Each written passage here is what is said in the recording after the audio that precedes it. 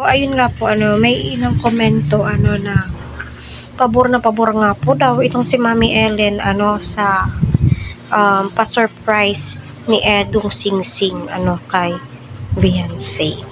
So, alam naman po nating lahat na si Mami Ellen ay updated po kung ano po ang nangyayari sa loob ng Kalingap. Kasi isa po siya sa mga team marathon. Ayan, hello po sa ating lahat, Team EDSI. Kumusta? Maraming po salamat sa lahat nagko-komento patungkol nga po sa kanilang mga saloobin patungkol sa EDSI. Nako, go lang po tayo. Darating din po ang panahon na magiging sila soon. Di man ngayon, alam nyo naman po na getting to know each other, at itong si Edo ay respetadong tao, marespeto. Nare-respeto niya po si Beyonce, at iniisip din po ni Edo na ang edad nga po ni Beyonce. So wait lang po tayo, kasi dyan po natin makikita kung 100% na bang seryoso itong si Edo.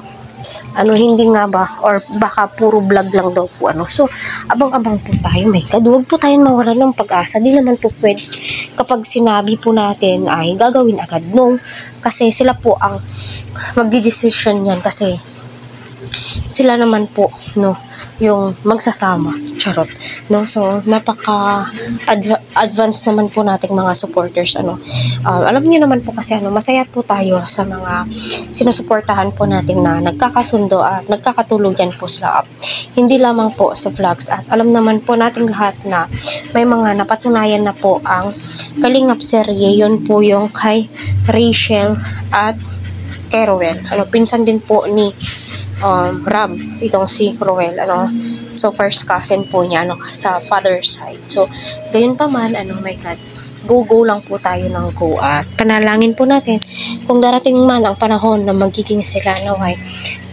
mataliwasay, or kung sa Bisaya pa, hapsay kaayo ang dagan sa ilang kinabuhi. Kaya alam naman po nating lahat itong si Edo ay pasensyoso at napakabait, at halatang halata naman po sa kanyang muka. So totoo nga bang suportado ni Mami Ellen? Yes, sa part 17 pa lamang po nung pumunta si Beyonce sa kanilang tahanan, ay kita naman po natin na very heart welcoming po itong si Mami Ellen. Kilig na kilig nga po siya. So kung napapanood nyo, malamang si Mami Ellen kilig na kilig din po sa mga eksena ng EDSI, di ba?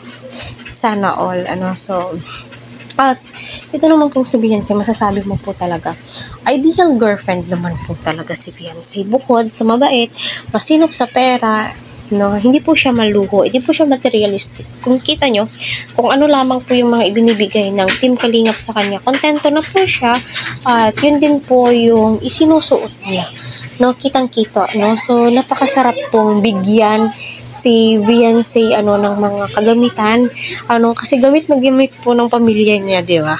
Gamit na gamit po nila, at kitang-kita po natin na pinapahalagahan po nila. So napakaswerte ng mga sponsors, unang-una, napakaswerte din po ni Beyonce sa mga sponsors. So siguro yung mga sponsors na nakikita nila, uy, ginagamit pala ni Beyonce ng pamilya niya, ay binigay ko yun. Siguro na ang saya-saya po nila, kasi yung mga iba, kung nagbibigay po sila, may ilan na hindi nila nakikita, kaya minsan di po naiiwasan bakit nagtatanong yung sponsor saan napunta, di ba?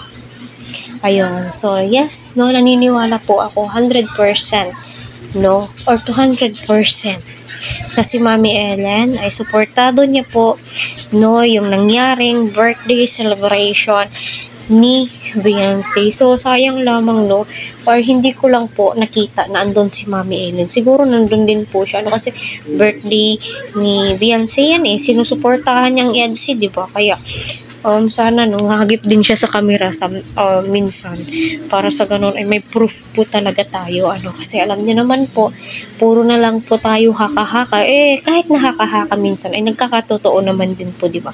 Katulad niyang Singsing na ay nako, nakakatuwa at nakaka-excite lahat ng kaganapan dito sa Team EDSI.